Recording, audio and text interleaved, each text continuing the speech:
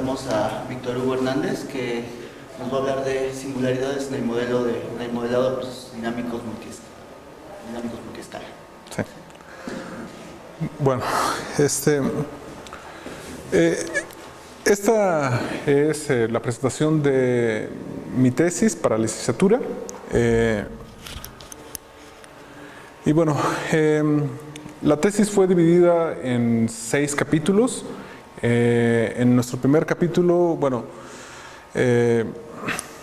vamos a mencionar desarrollos recientes de las ecuaciones diferenciales, de la teoría de las ecuaciones diferenciales para el modelado de fenómenos naturales que presentan distintas escalas temporales. Bueno,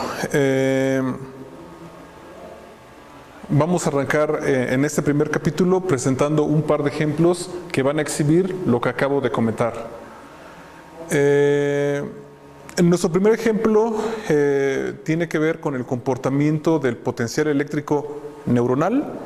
Vamos a presentar una gráfica del mismo, y en nuestro segundo ejemplo presentamos un dispositivo óptico el cual hace pulsaciones lumínicas, y también presentaremos una descripción de la variable a través de una gráfica. Y bueno, observaremos que aunque son fenómenos aparentemente ajenos, ambos presentan la presencia de escalas temporales, distintas escalas temporales. Quisiéramos saber cuál es la estructura que nos permite englobar a esos sistemas en un mismo marco teórico, y para ello vamos a utilizar un par de teorías, una llamada la teoría de las singularidades, también conocida como la teoría de bifurcaciones, y dentro de esa teoría principalmente nos adentraremos a las pequeñas perturbaciones de las bifurcaciones. La otra teoría es la teoría geométrica de las perturbaciones singulares, y de ella tomaremos una herramienta para poder hacer un análisis global de estas variables mencionadas, y de ella utilizaremos el diagrama de fase singular. Bueno, aquí tenemos una gráfica del comportamiento del potencial eléctrico de una neurona. Básicamente lo que quiero resaltar aquí es la presencia de 2 escalas temporales en la variable representada. En este caso, la variable representa el potencial eléctrico, y observamos en estos pequeños valles la variable lenta.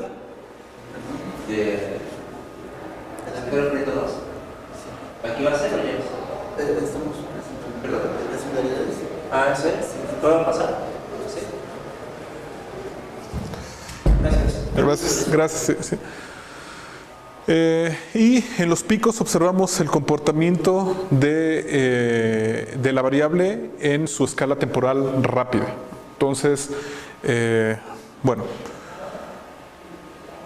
en nuestro segundo ejemplo tomamos un diodo que es capaz de realizar pulsaciones lumínicas. Nuevamente observamos en los picos un comportamiento rápido, y en los valles un comportamiento lento de la variable, ¿no? Bueno, entonces, digamos, la conclusión de nuestro primer capítulo es que tenemos 2 variables aparentemente ajenas. Por un lado tenemos el potencial eléctrico neuronal, por otro lado la intensidad lumínica emitida por un diodo, y ambas presentan distintas escalas temporales. Más adelante veremos que estas variables pueden ser modeladas a través de sistemas de ecuaciones diferenciales dadas a distintas escalas temporales, precisamente. En nuestro siguiente capítulo vamos a presentar algunas generalidades de las ecuaciones diferenciales. La mayoría de nosotros las conocemos, pero vamos a resaltar las herramientas que vamos a utilizar más adelante. Bueno, comenzamos con las bifurcaciones escalares. Vamos a mencionar las ecuaciones diferenciales ordinarias, escalares. Vamos a utilizar una técnica gráfica para hacer un análisis global de las soluciones. Y bueno, pues sí, básicamente, ¿no? Por cierto, a las ecuaciones diferenciales las vamos a interpretar como un campo vectorial en el espacio fase o en el espacio de las soluciones. ¿Okay? En nuestra segunda sección del capítulo 2 presentamos a las ecuaciones diferenciales ordinarias parametrizadas y veremos la influencia de ese parámetro en la ecuación diferencial ordinaria. ¿Okay? Bueno, este es el modelo matemático elemental de las ecuaciones diferenciales ordinarias. Nos concentramos en las no lineales. En la ecuación 1 representa ese modelo aproximadamente. La ecuación 2 son condiciones iniciales.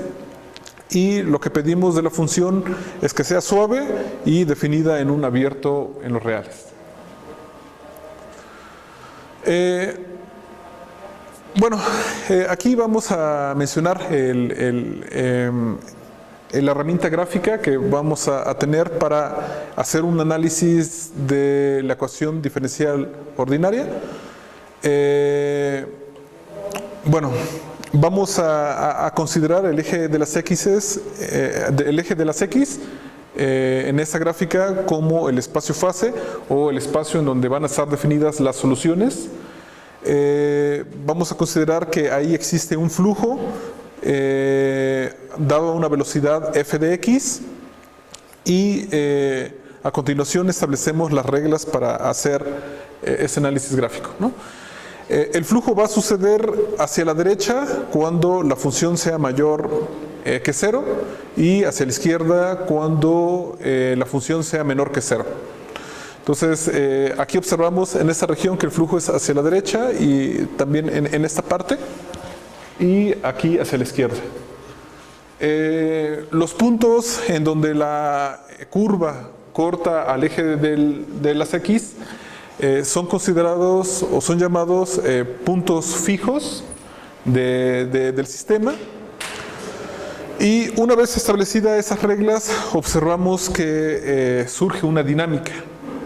Del lado izquierdo hay un punto atractor, del lado derecho un punto repulsor, un punto fijo atractor, un punto fijo repulsor. Y si tomamos a x subíndice 0 como una condición inicial, esta solución con respecto al tiempo es atraída hacia el punto fijo en negro. Por otro lado, si consideramos a y subíndice 0 como una condición inicial, entonces este punto diverge del punto fijo en blanco o punto fijo repulsor. Bueno, esta es una herramienta gráfica. También tenemos una herramienta analítica que es el análisis de la estabilidad lineal. Básicamente lo que hay que hacer es una pequeña transformación, un cambio, sí, una pequeña transformación y una sustitución en el sistema original. Y se explora qué pasa con las condiciones iniciales cerca de los puntos fijos. Vamos a recordar algunas definiciones generales acerca de todo esto.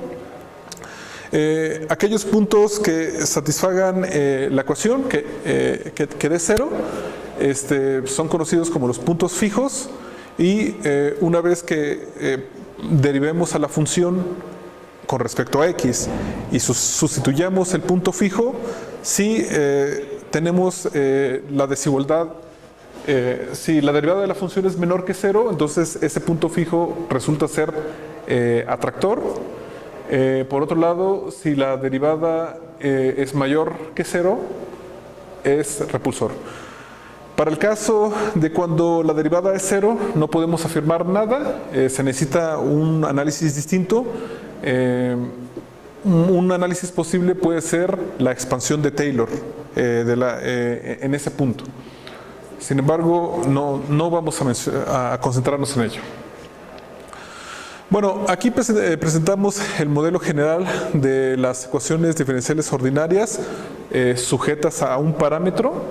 La ecuación 3 tiene la forma matemática que necesitamos. Observamos que en este caso G es una función definida en el plano y bueno, va a dar a los reales. Nuevamente pedimos que sea una función suave y comenzamos a mencionar conceptos asociados a la teoría de las bifurcaciones. En este caso, lambda representa el parámetro de bifurcación, X representa el estado, así son conocidos dentro de la teoría. X debe de ser una variable estrictamente dependiente de lambda. En términos del cálculo, lambda es la variable independiente, X es una variable dependiente estrictamente de lambda. Y bueno, ok. Otra definición que vamos a utilizar es la que tiene que ver con la ecuación 4. Aquellos puntos que satisfagan la ecuación 4 son conocidos como diagramas de bifurcación.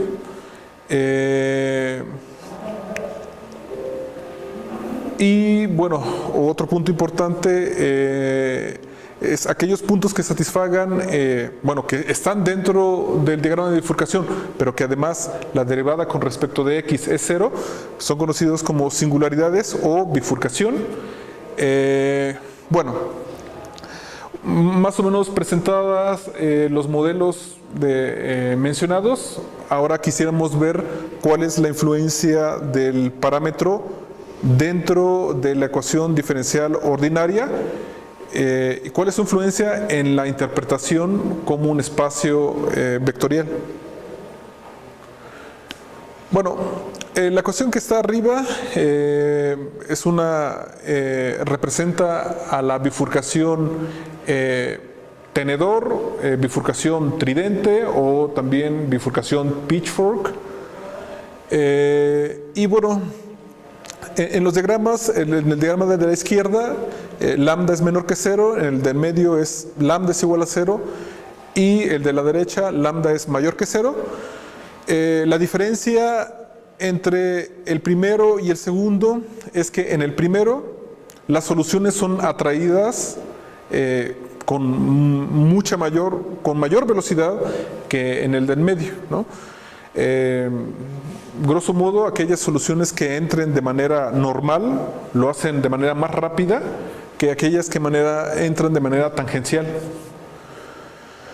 Observamos que al variar el parámetro, la interpretación de la ecuación diferencial como un campo vectorial puede variar, ¿no?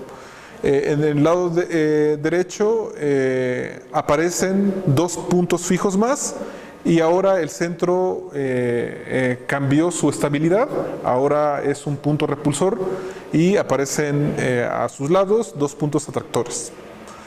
Entonces la conclusión es que al variar el parámetro de bifurcación, la interpretación de una ecuación diferencial puede cambiar. Bueno, aquí presentamos algunas bifurcaciones conocidas.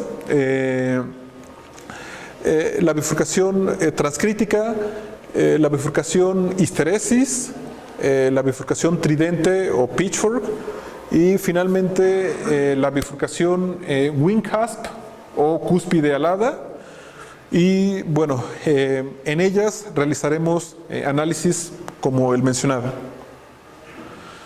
Bueno, vamos a concluir nuestro capítulo 2 formulando un par de preguntas. ¿Cómo demostrar que una ecuación genérica, como la que observamos, posee una bifurcación dada? Lo que significa es dada una ecuación de ese estilo en general, ¿cómo podemos ver si corresponde a una bifurcación como las que acabamos de enlistar, ¿no? Si son semejantes en un sentido que mencionaremos más adelante. Y la segunda pregunta tiene que ver con, dado un diagrama de bifurcación y al generarle pequeñas perturbaciones, ¿qué aspecto tendría pues, el diagrama de bifurcación? Bueno, en el capítulo 3, vamos a mencionar la semejanza entre dos diagramas de bifurcación. Y bueno, básicamente lo que vamos a estudiar en este capítulo es una parte de la teoría de bifurcaciones que es conocido como la teoría de despliegue.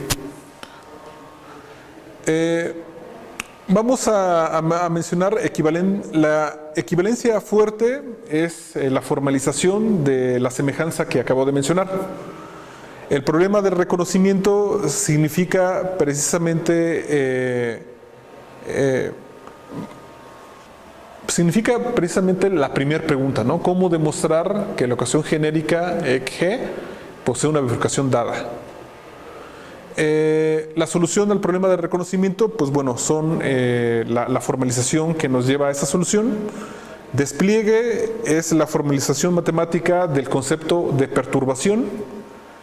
Despliegue universal son aquellas perturbaciones que me darán la capacidad de producir todas las pequeñas perturbaciones de una bifurcación dada. Las perturbaciones de una singularidad, bueno, lo que acabo de mencionar, y los diagramas de bifurcación persistentes. Un diagrama de bifurcación persistente es aquel que sometido ante ínfimas perturbaciones continúa teniendo el mismo aspecto. Y bueno, vamos a comenzar, ¿no? Fuertemente la equivalencia fuerte entre dos diagramas de bifurcación, bueno, involucra formalidades un poco engorrosas, pero intuitivamente lo que nos pide es que en los puntos singulares de las bifurcaciones sean muy semejantes, sean aproximadamente igual, ¿no? En este diagrama de bifurcación, bueno, cada punto obviamente es parte del diagrama de bifurcación, pero en este caso, de manera muy ideal, el origen resulta que la derivada de la función en ese punto también es cero, ¿no? Lo cual cumple con la definición de un punto singular. Y estas dos bifurcaciones, definidas con estas ecuaciones matemáticas, son muy semejantes a ella. Bueno, la formulación del problema del reconocimiento tiene que ver con la primera pregunta mencionada y es lo que comento aquí. Y bueno, aquí presentamos algunas formas normales que me van a permitir crear las bifurcaciones conocidas en la teoría. En el caso de la cuarta es la forma normal de la cúspide alada o wing-cusp. Esta es la transcrítica y para el caso cuando K es igual a 3, construimos la forma normal de la bifurcación tridente o pitchfork y en el primer inciso, cuando K es igual a 3, construimos a la histeresis. Vamos a concentrar nuestro trabajo en la histeresis y en la wing-cusp. La solución del problema de reconocimiento tiene ese aspecto, como en la proposición A. Esta fue tomada del libro de singularidades y grupos en la teoría de bifurcaciones de Martin Golubitsky. Y bueno, aquí presentamos una forma normal y algunas condiciones en el 6A son condiciones singulares, aquellas que me conducen a cero, y para el caso de 6B bueno, lo único que es SGN significa la función signo, ¿ok? Nada más aspiramos a que sea +1 o -1 y ya, ¿ok? Bueno, este es un ejemplo. Por cierto, reconocer matemáticamente que dos bifurcaciones son fuertemente equivalentes, comentaba, es muy engorroso. Hay que encontrar varias funciones y hacer sustituciones. Sin embargo, la teoría reduce a solo estos cálculos para saber la semejanza mencionada. Y aquí presentamos un ejemplo. G minúscula es una ecuación genérica. Aquí tenemos una forma normal y al hacer algunos cálculos observamos algunas condiciones singulares y las de abajo unas condiciones no singulares. Para este caso son 5 las condiciones singulares las que lo definen, ¿sí? Ese número vamos a poner atención que lo vamos a usar más adelante. Y bueno, la teoría de despliegue estudia cómo cambian los diagramas de bifurcación bajo pequeñas perturbaciones, ¿okay? Eso es lo que hace la teoría de despliegue. Y el concepto de despliegue, como había mencionado, es la formalización de una perturbación.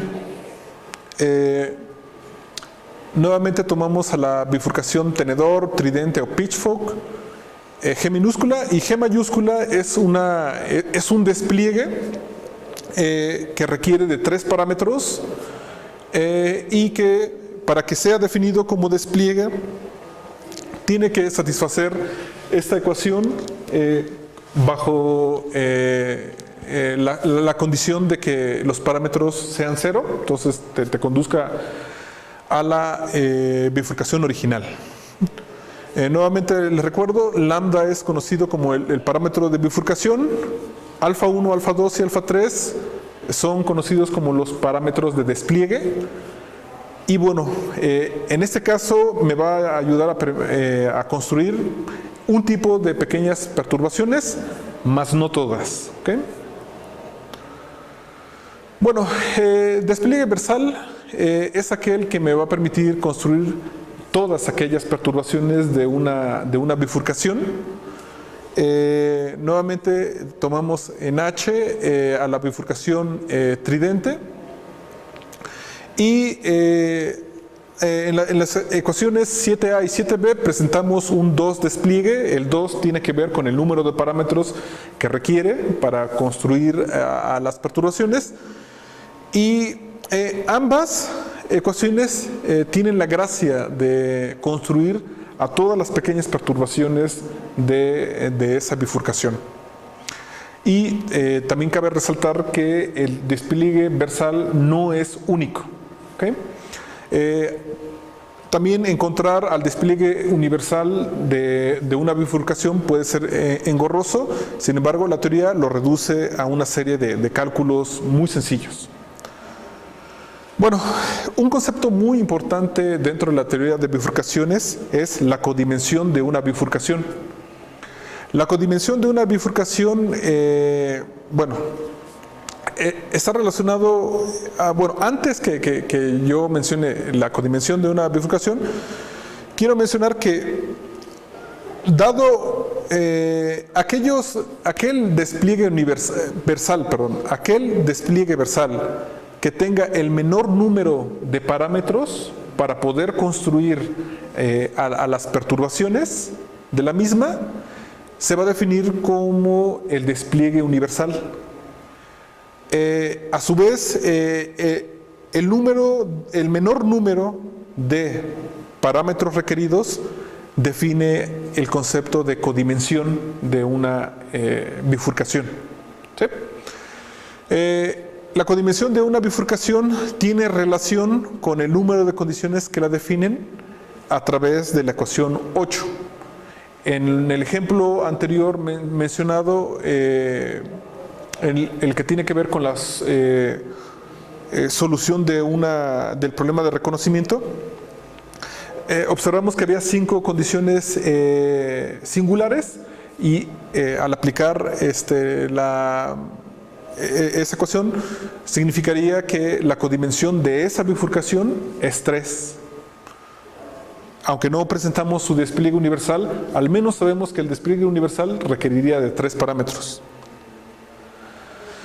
Una vez que ya tenemos el despliegue universal, podemos responder a la segunda pregunta formulada. ¿Cómo sería el aspecto de una perturbación de un diagrama de bifurcación dado? Y bueno, relacionamos el concepto de despliegue con la forma de perturbación propuesta a través de esa ecuación. Y bueno, lo que vamos a hacer a continuación es explorar el espacio de despliegue, es decir, una vez que ya sabemos qué dimensión va a tener los parámetros auxiliares o parámetros de despliegue, entonces lo que vamos a hacer es clasificar a todos los posibles diagramas de bifurcación perturbados. Para ello buscaremos los que persisten y los que no persisten. Grosso modo, los diagramas de bifurcación persistentes son los que bajo ínfimas perturbaciones tienen el mismo aspecto. Sin embargo, los no persistentes bajo ínfimas perturbaciones puede tener un aspecto u otro. Para ese objetivo nos vamos a concentrar en los diagramas de bifurcación no persistentes y una vez que hayamos encontrado el espacio de despliegue, hay un subconjunto muy importante que es conocido como el conjunto de transición. El conjunto de transición me va a permitir construir a los diagramas no persistentes y además separar todo el espacio de despliegue en clases ajenas. Cada clase a su vez me va a construir un diagrama de bifurcación persistente. Bueno, aquí presentamos algunas bifurcaciones de codimensión 1, lo cual significa que solo requieren de un parámetro para construir a todas sus perturbaciones. Y bueno, en la parte de arriba son los no perturbados o bien los originales. En la parte de abajo algunas pequeñas perturbaciones de su parámetro y observamos que puede tener un aspecto algo distinto. ¿Okay? Bueno, el conjunto de transición tiene ese aspecto. Dado G mayúscula un despliegue universal y G minúscula la bifurcación a estudiar, el conjunto de transición S, que está en el cuarto inciso, está formado por los 3 primeros conjuntos. A continuación vamos a presentar un ejemplo breve de cómo utilizarlo. Y bueno, solo dentro de la teoría es muy mencionado el concepto de centro organizador. Básicamente lo que quiere decir es que la bifurcación original es considerada como el centro organizador, pues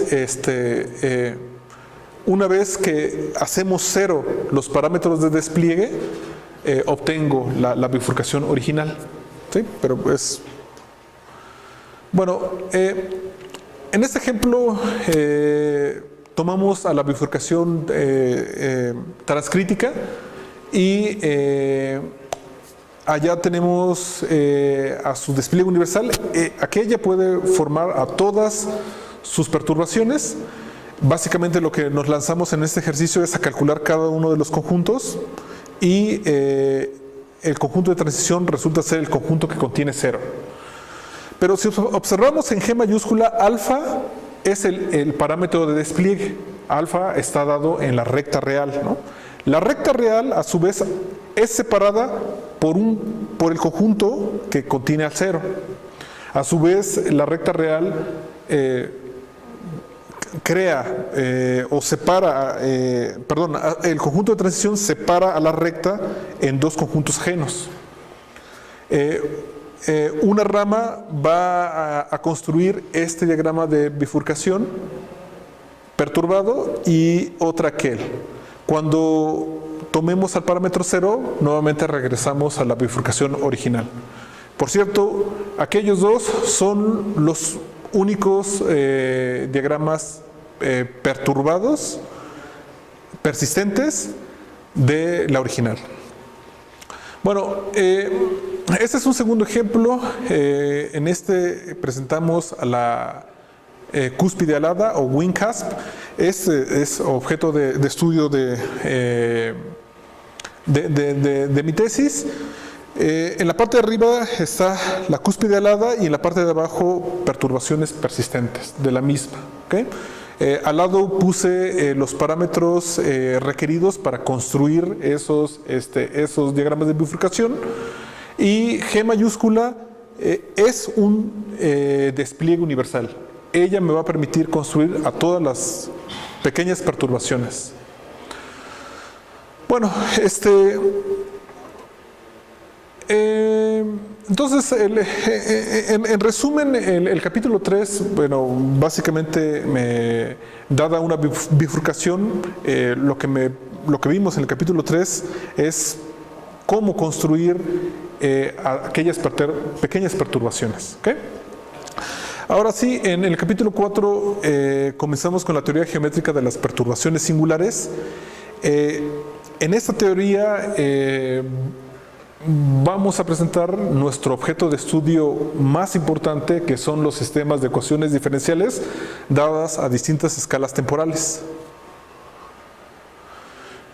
Ese es el aspecto. Las ecuaciones las ecuaciones 9 y 10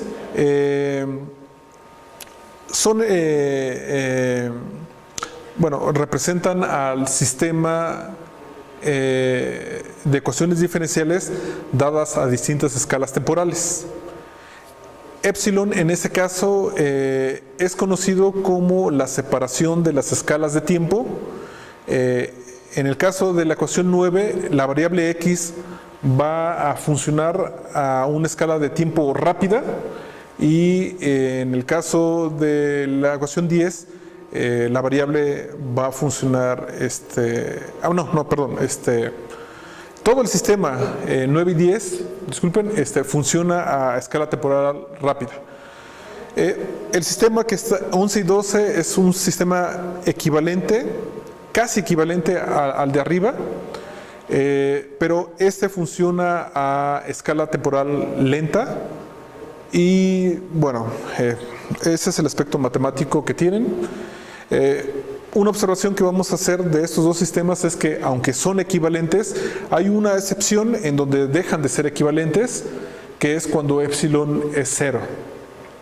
Y a su vez, cuando epsilon es 0, desata un par de nuevos sistemas que motiva a la dinámica rápida y a la dinámica lenta.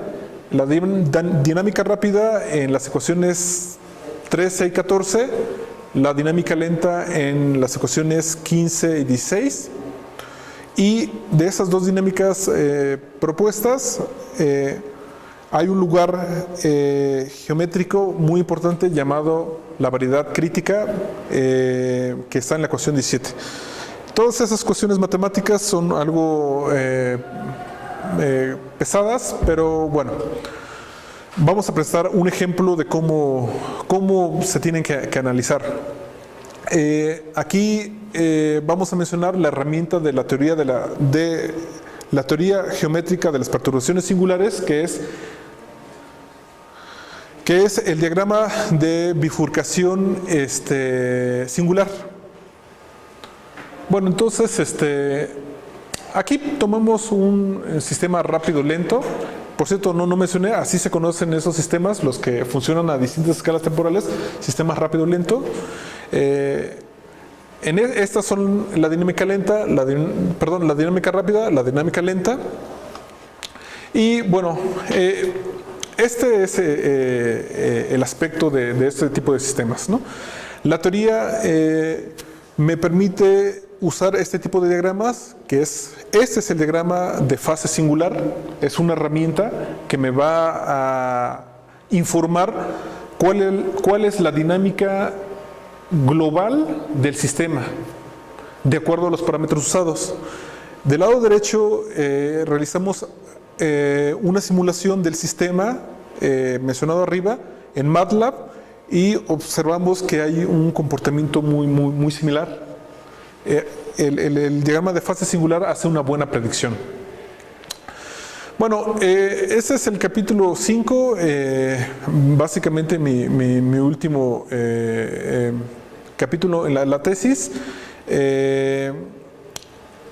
Y bueno, de los sistemas rápido-lento nos reducimos a las ecuaciones 25 y 26. En este caso, X va a estar definida, X' va a estar definida de acuerdo a una bifurcación, ya no es en general, y Y, la dinámica va a ser lineal, ¿ok? Y bueno, la teoría geométrica de las perturbaciones singulares, bueno, la variable lenta en este caso va a jugar el papel de parámetro de bifurcación. La variedad crítica es el diagrama de bifurcación. La dinámica rápida, bueno, si la dinámica rápida es escalar, entonces nosotros podemos apoyarnos en la teoría de bifurcaciones para poder hacer predicciones como las que hicimos anteriormente. Y la dinámica global del sistema está determinada por las intersecciones de las seroclinas lenta y rápida, ¿ok? Bueno.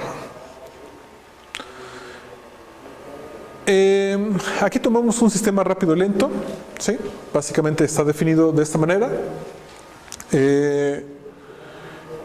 Hay arriba la dinámica rápida, la dinámica lenta abajo y bueno, alfa es el parámetro de despliegue y varía en cada columna en las gráficas que vamos a presentar, que vemos. Y lambda varía en cada renglón. Las variedades críticas se obtienen de manera numérica. Y bueno, observamos pues que en la columna de la izquierda, al variar lambda, que se varía en cada renglón, bueno, básicamente ahí la dinámica global es un punto atractor, no varía mucho. Sin embargo, cuando cambiamos el parámetro de despliegue al lado derecho, en la columna de la derecha, cambia el aspecto de la bifurcación y a su vez, al variar nuevamente lambda, pues en la parte de arriba y en la parte de abajo observamos un punto atractor global. Sin embargo, en la parte en medio aparece un ciclo límite atractor, casi atractor. La razón es que cada condición inicial que tomemos va a ser arrastrada a la rama y posteriormente atrapada en el ciclo límite. Es casi global, es atractor casi global porque el punto fijo no es traído, ¿okay? Solo hay un punto que no es regido por esa dinámica. A continuación hicimos algunas simulaciones nuevamente en MATLAB que pues confirman la dinámica mencionada, ¿no? Estas son condiciones iniciales que son primero arrastradas a la rama y luego al punto fijo, ¿no? Y lo mismo pasa en aquellas condiciones iniciales son atrapadas en el ciclo límite. Bueno, ese modelo solo ofrece estas dinámicas: atractor global, ciclo límite atractor. Son dinámicas muy sencillas, pero vamos a observar que en la cúspide alada ofrece solo pocos parámetros, van a ofrecer muchas dinámicas. Nuevamente los objetos mencionados.